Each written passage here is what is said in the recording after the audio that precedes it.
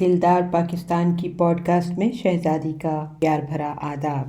سلسلہ وار بات چیت بابا قوم کے بارے میں جناب قائد اعظم محمد علی جناح، ان کی زندگی پر اور ان کی سیاسی جدوجہد اور بہت سے ڈفرینٹ اسپیکٹس جو ہیں ان کی زندگی کے ساتھ جڑے ہوئے، ان کے بارے میں ایک کتاب ہے بابا قوم، جسے لکھا ہے جناب پروفیسر حمید اللہ شاہ ہاشمی نے. پچھلی پوڈ کاسٹ میں ہم نے بات کی تھی ان کی زندگی کے بارے میں، گھریلو زندگی کے بارے میں اور پاکیزہ زندگی اور اول. تو آج بات شروع کرتے ہیں ان کی دوسری شادی کے بارے میں. لکھتے ہیں 1916 میں کانگریس اور مسلم لیگ کے سالانہ اجلاس لکھنؤ میں منعقد ہوئے.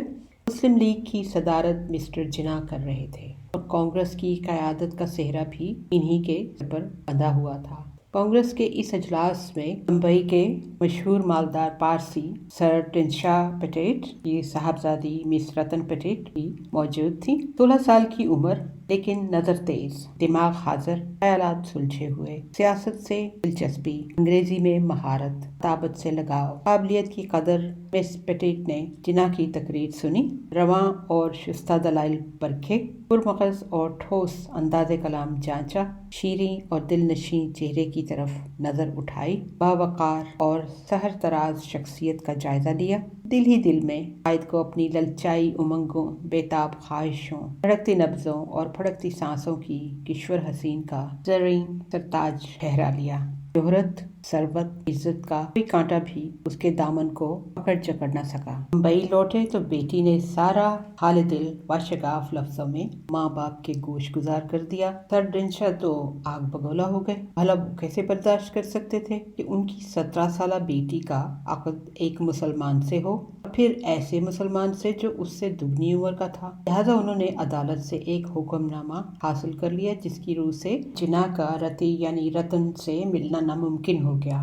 اس وقت سن قبولیت اور رضامندی کی عمر 18 سال تھی اور رتی کی عمر 18 سال سے کم تھی. اگر جناح اور رتی دونوں اپنی محبت پر ثابت قدم رہے، جب رتی پورے 18 سال کی ہو گئی تو خاموشی سے ان دونوں کا نکاح ہو گیا. نکاح کے لیے مسٹر شریف دیو جی کانجی نے اسنا عشری قاضی کا انتظام کیا. چند مخصوص دوستوں، جن میں والی محمود آباد سر فہرست ہیں، ان کی موجودگی میں تقریب نکاح عام تک پہنچی. 19 اپریل 1918 کو مشہور انگریزی روزنامے اسٹیٹسمین میں یہ خبر شائع ہوئی.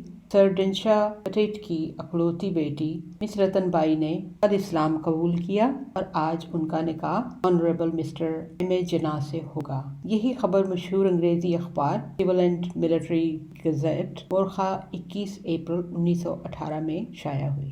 اگلا عنوان ہے نتائج مابعد. ظاہر ہے آپ کے خیال میں بھی آ رہا ہوگا کہ بعد میں کیا ہوا. شادی تو ہو گئی. شادی کے بعد دھمکی سے بھرے ہوئے خطوط اور ٹیلی فونوں کا سلسلہ چل پڑا. پارسیوں میں غم و غصے کی ایک لہر دوڑ گئی. مذہب کی تبدیلی ان کے لیے سب سے زیادہ اشتعال انگیز اور ناقابل برداشت اور ناقابل معافی جرم تھا. انہوں نے اغوا کا مقدمہ دائر کیا جو ہائی کورٹ تک پہنچا.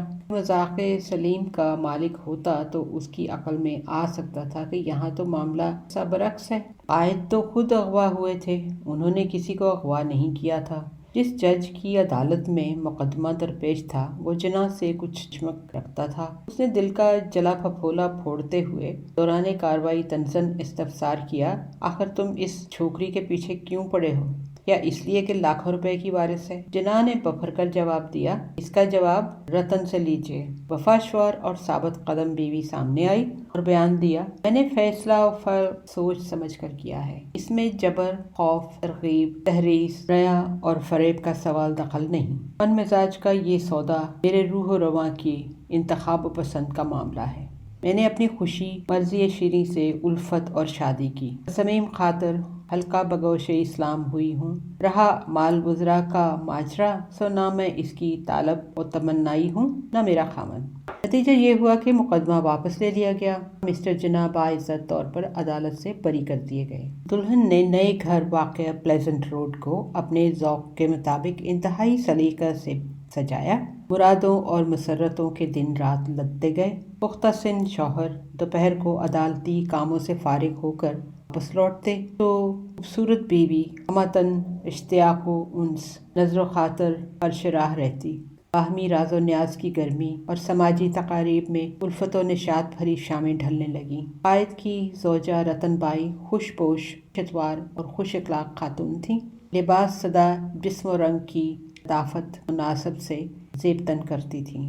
ان سلیقہ مندانہ خصوصیات کے ساتھ ساتھ وہ انسانی ہمدردی کے وسیع جذبے سے سرشار تھیں۔ ایک دفعہ حسب معمول بمبئی میں یونیورسٹی کی عمارت کے مقابل حیات کی دکان پر تشریف لے گئیں۔ باہر دروازے پر کوئی چھابڑی والا کیلے فروخت کر رہا تھا۔ اس نے صدا لگائی، پھل خریدیے۔ اتنے میں ایک گورا وارد ہوا جس نے خوانچہ فروش کو حقارت سے جھڑکا کہ یہاں سے اٹھ جاؤ۔ بیگم جناح کو یہ فرعونی رویہ ناگوار گزرا، بڑی برہم ہوئیں اور ثمر بیچنے والے کے تمام کیلے 5 روپے دے کر گاڑی میں رکھوا لیے۔ ان بھلے وقتوں میں سکہ بہت گراں ہوا کرتا تھا، 2-4 روپوں میں ٹوکرا بھی پھنس جاتا تھا۔ اگلا عنوان ہے ازدواجی ماحول۔ ازدواجی ماحول تو ابھی ہم نے جانا، اس سے زیادہ بھی اچھا ہوگا۔ دیکھیے آگے کیا لکھتے ہیں۔ ان کا ازدواجی رشتہ بہت پرامن اور خوشگوار تھا۔ ان کی بیوی امیر کبیر پارسی خاندان کی چہیتی چشم و چراغ تھیں۔ طبیعت بالکل شہزادیوں جیسی نفیس و بلند پائی تھی۔ ان کا دل رحم اور غربا کی غمخواری سے معمور و متلاطم تھا۔ سوالی کو ہرگز خالی ہاتھ نہ موڑتی۔ اپنے سرتاج سے والہانہ محبت تھی۔ میاں اپنے وقت کے سختی سے پابند تھے۔ وہ سدا بر وقت عدالت تشریف لے جاتے۔ بیگم کوٹھی پر اکیلی رہتی۔ دوسرے تیسرے روز ڈرائیور کو حکم دیتی رہتی کہ گاڑی جب عدالت لے جاؤ تو ساتھ مجھے بھی لے چلنا کہ جناح صاحب کو ہمراہ لیتے آئیں، اور اس دوران کچھ خرید کا کام بھی کر لیا کرتی تھیں۔ جب کچہری سے انہیں لینے جاتی تو خاوند بیگم کو انتظار میں نہ رکھتے، جھٹ دفتر سے اٹھ کر کار میں آ بیٹھتے۔ راستے میں دونوں باتیں کرتے رہتے۔ اہلیہ تو شہری اور سیاسی اکابر کا ذکر زیادہ تر کرتی تھیں، شوہر سنتے رہتے، بحث سے گریز فرماتے۔ اس طرح فاصلہ طے ہو جاتا اور دونوں تازہ دم، مبسم اور مسرور بنگلے میں آ پہنچتے۔ قائد اور ان کی بیگم کو گھوڑے کی سواری اور ایرانی قالینوں کا بڑا شوق تھا، چنانچہ کوٹھی پر دونوں بکثرت رکھا کرتے تھے۔ صاحب اپنی بیگم کی بہت ناز برداری اور قدر فرماتے۔ اسمبلی کے اجلاسوں میں جاتے تو برابر ہم رکاب ہوتی۔ محمود آباد بھی ماں اہلیہ کے جایا کرتے تھے۔ یہ ہے کہ بیوی کو میاں کی مصروفیت سے بڑا لگاؤ تھا۔ دونوں کے درمیان الفت کا رشتہ آخر وقت تک قائم رہا۔ کئی واقعات کو معاہدین نے بلا جواز ہوا دے رکھی ہے۔ How nice۔ اگلا عنوان ہے لارڈ ویلنگٹن سے کشیدگی۔ ایک دفعہ قائد اعظم کو اپنی اہلیہ کے ہمراہ گورنمنٹ ہاؤس میں کھانے پر مدعو کیا گیا۔ کہا جاتا ہے کہ بیگم جناح جو لباس پہنے تھیں اس کا گلا نیچا تھا، جو ان کی میزبان لیڈی ویلنگٹن کو پسند نہ آیا۔ جب وہ لوگ کھانے کی میز پر بیٹھے تو گورنر ویلنگٹن کی اہلیہ نے ADC سے کہا، بیگم جناح کو شاید ٹھنڈک محسوس ہو رہی ہے، ان کے لیے شال لے آؤ۔ جناح یہ سن کر اٹھ کھڑے ہوئے اور بولے، اگر بیگم جناح کو سردی محسوس ہوگی تو وہ خود شال مانگ لیں گی۔ یہ کہہ کر وہ اپنی بیوی کے ساتھ اٹھ کر چلے گئے۔ اس کے بعد سے انہوں نے گورنمنٹ ہاؤس کی دعوتوں میں شرکت سے انکار کر دیا۔ مسٹر جناح اسے اپنی توہین سمجھتے تھے۔ لارڈ ویلنگٹن سے ناراضگی اس بات پر بھی تھی کہ اس نے 1915 میں مسلم لیگ کے اس اجلاس کو، جس میں کانگریس کے لیڈر بھی شریک تھے، گڑبڑ ڈالنے والے کرائے کے آدمیوں کے ذریعے منتشر کرا دیا تھا۔ چنانچہ جناح نے اسے سبق دینے کا فیصلہ کیا۔ 11 دسمبر 1918 کو حکومت کی ماں پر ویلنگٹن کے اعزاز میں ایک رخصتی جلسہ منعقد کرنے کا فیصلہ ہوا۔ ویلنگٹن میعاد ختم ہونے پر واپس جا رہا تھا۔ جناح اور ان کے ساتھیوں نے فیصلہ کیا کہ جلسے کو ناکام بنایا جائے۔ حکومت کو ان کے منصوبوں کی خبر مل گئی تھی، اس لیے ہال کے باہر پولیس کو متعین کر دیا گیا تھا۔ لیکن جناح اور ان کے ساتھی موقع پر پہنچ گئے اور ہال کے اندر نشستوں کے لیے لڑائی شروع ہو گئی۔ صرف جناح اس مظاہرے میں شریک نہ تھے، بلکہ ٹاؤن ہال کی سیڑھیوں پر ان کی بیوی بغاوت کا حکم لیے اپنے شوہر کے ساتھیوں کو اجتماع اور منظم کر رہی تھی۔